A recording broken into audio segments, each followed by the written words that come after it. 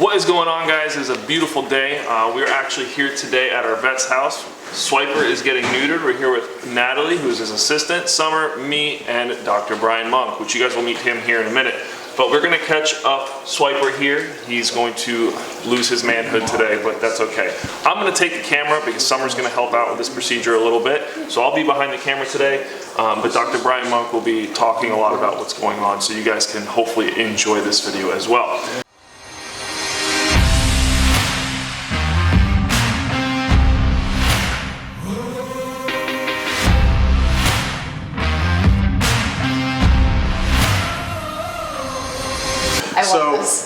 My name is Dr. Brian Monk.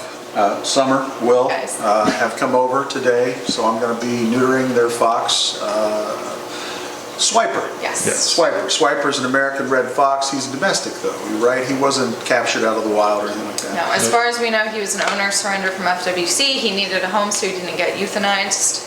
So now he's part of our lovely family. And of course, he's a male unneutered fox, which means he has potential behavioral issues, and we don't want baby foxes. So that's the plan today. As far as foxes go and their physiology, foxes, of course you know, they're like dogs with the mind of a ferret and the agility of a cat. Yes. But their physiology is basically that of a dog. We're going to be using something today called DKT as an injectable anesthetic. It's dextromethorphan, ketamine, and butorphanol. It's a pretty reasonable combination. It's partly reversible, which is why I like it. That's what it's So, you know, we get fast wake-ups from it. They're very easily processed drugs. This is a very common drug. I've got a lot of experience with this. I use this in cats all the time, particularly wild or feral cats that I can't get to because I pop them. I give them the injection, they go down, and I can spay a cat on this. I have plenty of sedation, plenty of analgesia, plenty of anesthesia for the time that I need. So that's what we're going to do initially. We're going to go ahead and give this injection. We are going to do this on my kitchen table. It's safe, it's sanitary, guys. Okay, so He's off today. but I'll explain. So yeah, we're going to do this on my kitchen table. Why are we doing surgery on a kitchen table as opposed to in a hospital? Number one, because doing things in the hospital can get expensive, and I'm doing a favor for you guys, okay? Because I don't need baby foxes any more than you need baby foxes. So we are doing it on my kitchen table, but this is perfectly safe. There are a couple of other reasons it's safe. Number one, a neuter is not an intra-abdominal procedure. That's why we can neuter cows out in the middle of the stalls. We don't spay cows, we don't spay goats or sheep, we just neuter the boys. And that's a procedure that you can do literally on the farm in a stock chute. So what I mean by not an intra-abdominal procedure is we're not going into the abdomen. There's no risk of peritonitis developing.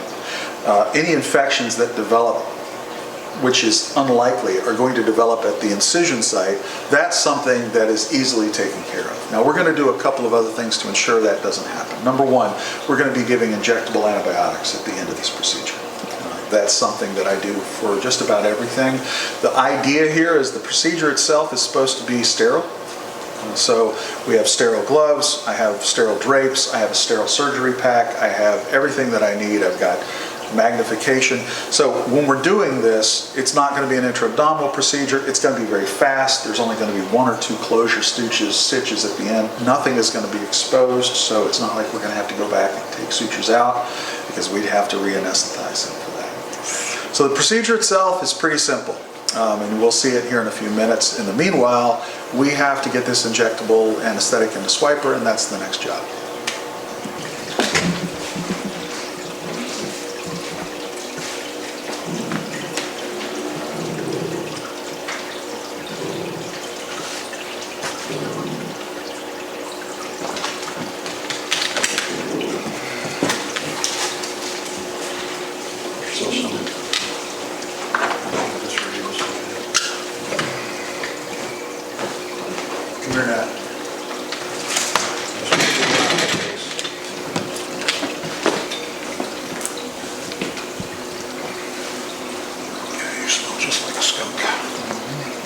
Maybe.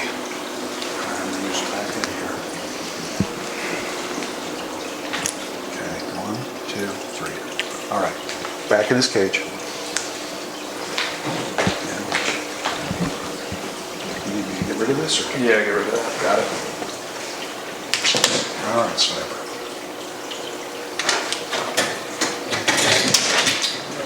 Oh, there's a... Sorry. Oh, it's all right. It's okay. Here, let me help.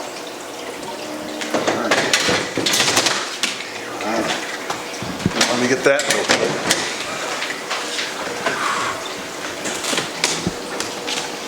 So we're trying to give him some time now that we've given him the injection. It doesn't work right away. It's not intravenous, so it went into his muscle. So basically, at this point in time, we're waiting for that to be absorbed and to take effect. It should take effect within 15 minutes. It's probably going to take another 10 minutes after that before he's at a surgical plane. In other words, his anesthesia is deep enough that he doesn't feel anything when we cut him. Make sense? That would be fun. No, it would not. So right now we're checking that he has enough breaths per minute, so we know that he's good and stable, so then you can start. There's also a heating pad under here to keep him warm, because when they are under, just like people, their temperature can drop.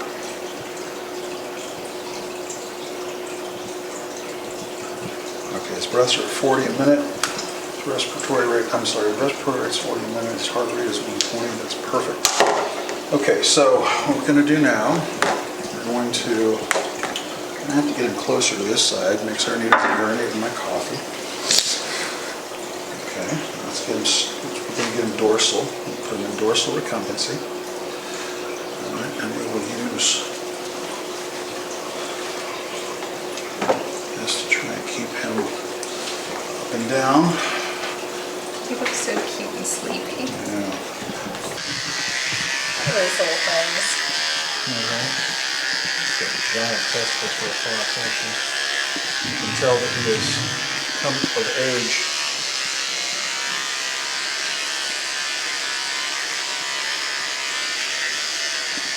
I honestly don't think I've ever seen We'll this. grab my vacuum cleaner over there. Hang it up on the wall. The preferred method of getting hair off of these things after it's trimmed. So you might ask me why I'm shaving such a large area, because the incision I'm going to be making is teeny tiny in relation, and it's a matter of hygiene and cleanliness. You know, it's impossible to make most of these procedures truly sterile, so you have to make them what we call aseptic, which means without infection. And the only way you can really do that is by keeping the area as clean as possible. And you might imagine that hair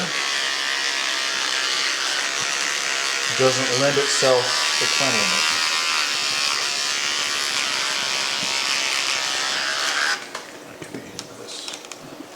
Okay.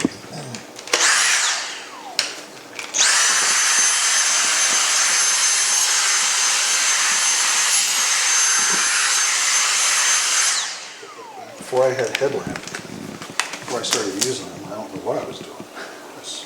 That's pretty important. Yeah, we use them for almost everything. Yeah.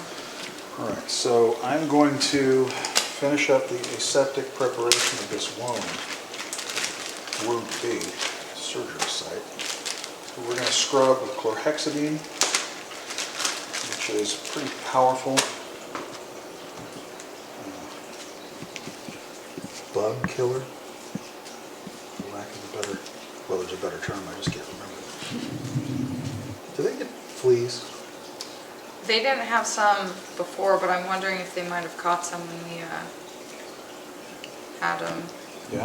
Our friends put us. Yeah, because I noticed the other day too, he's starting to scratch up here, so I he's don't going to see any, ask. but I see a little bit of black.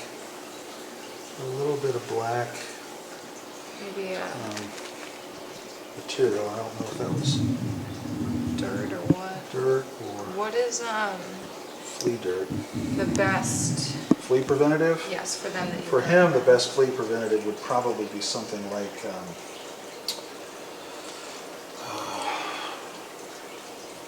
it's a pill. It's once every 3 months. NexGard We have that at home for Perfect. the for dogs. the dogs.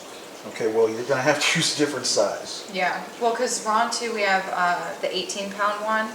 So if I cut it in half, would that be good for them? The problem is this, when you cut pills in half and things like that, if they're not scored, then you don't know what's in each half. Okay. That being said, you probably could get away with it, Well, they probably have smaller doses actually, because I Yeah, guess They do, there are they make it for dogs. different sized dogs. And Yeah, I that's what I was forgot gonna say, some. I can just call a script in for you. Okay, thank you.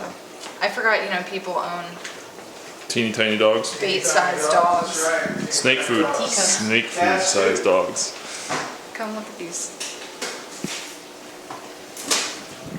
So we were definitely discussing that he's got a big pair for a fox. Clean this off so I am not.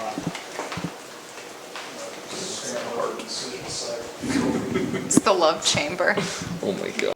So pay close attention to his respirations, because I don't want him to go anywhere. I don't think he will. The biggest concern is what's going to happen when we make the first incision, because that's when we get to see how awake he is. Alright, so we'll put our sterile down and apply our sterile second. Headlamp. Okay.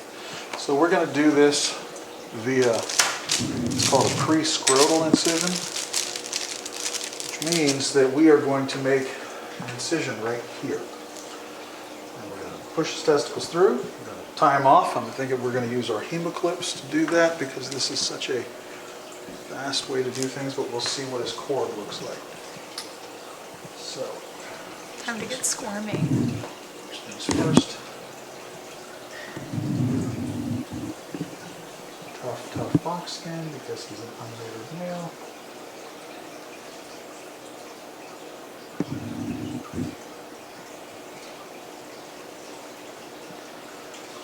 And pop goes the testicle. It's like a cyst. It's not a cyst. Testicle. This is going to be really easy actually. I'll use this real quick so I don't have to spend a lot of time sewing him back together. A lot faster than I thought it was going to be. So we're using hemoclips. These are stainless steel clips that serve as ligatures. And that's that.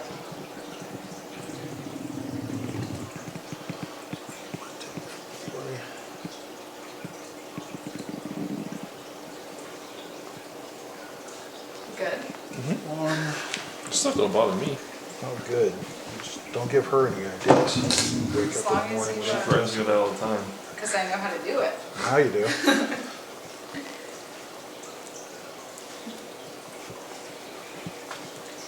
Probably wouldn't be as clean, so you might get an infection if I tried. Jesus Christ. You do it with a rugged steak knife, you would, of course.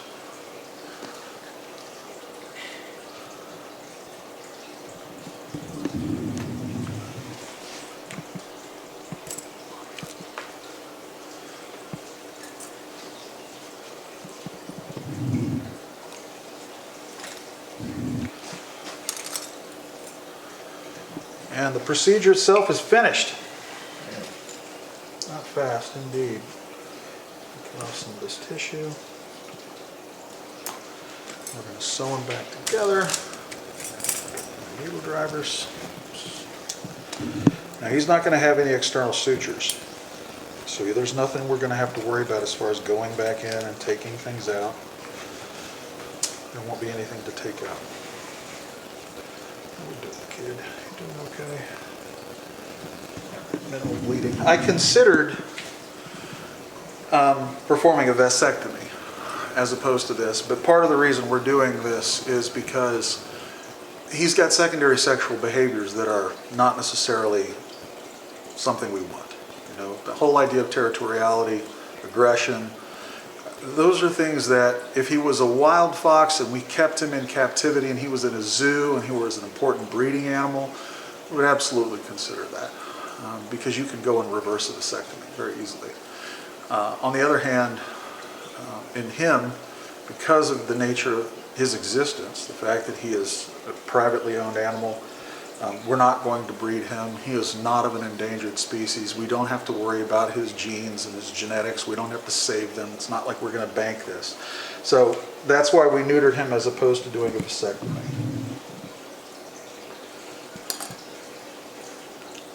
Pardon me for 1 second. Got it off. Do you need more light? I just need, there we go. Need to adjust my headlamp just a bit. You'll notice I did that with sterile gauze.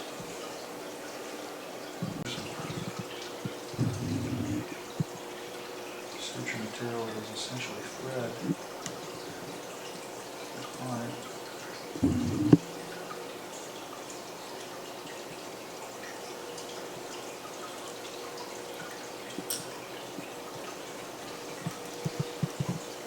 Shaky. 3 cups of coffee. Monster and a Red Bull. Monster and Red Bull, exactly. God, his skin is so easy. He doesn't have the same, I'm not even close as a cat or a dog. He's got such easy skin and suture. His breathing seems to be good too. Just fine. Perfect amount of anesthesia.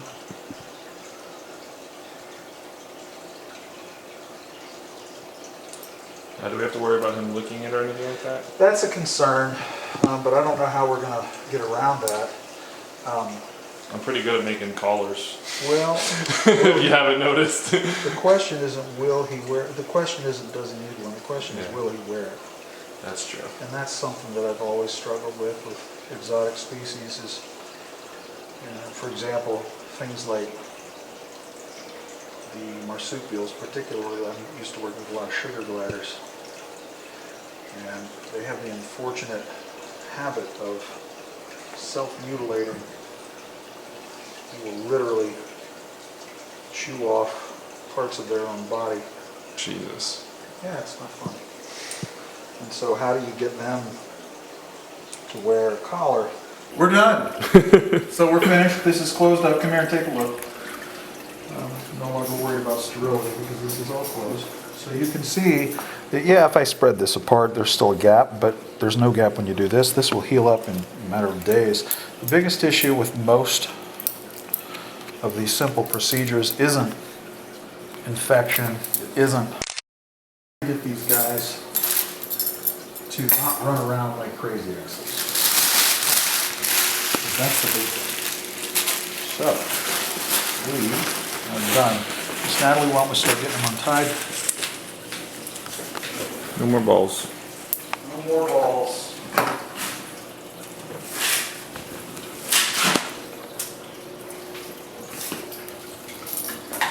They should slide right off. And we're finished. All right. So, simple little procedure. Take care of this fox, make it easier for him to live without having any problems. Ta-da! You comfy, buddy? Guys, I will be putting his Instagram and business information at the end of this video as well. So if you guys would like to follow him and you live in Naples and you're looking for an exotic vet, Even if you're not, we travel. yes. It's worth it. All right, let's give him the rest of his medications. We're going to give him Serenia, a non-steroidal anti-inflammatory, his penicillin, and the reversal. So as soon as we do this, we're going to get him back in there. Got a towel, a couple things to put down in there. Yeah, he pooped. All right, I'm going to give him his reversal.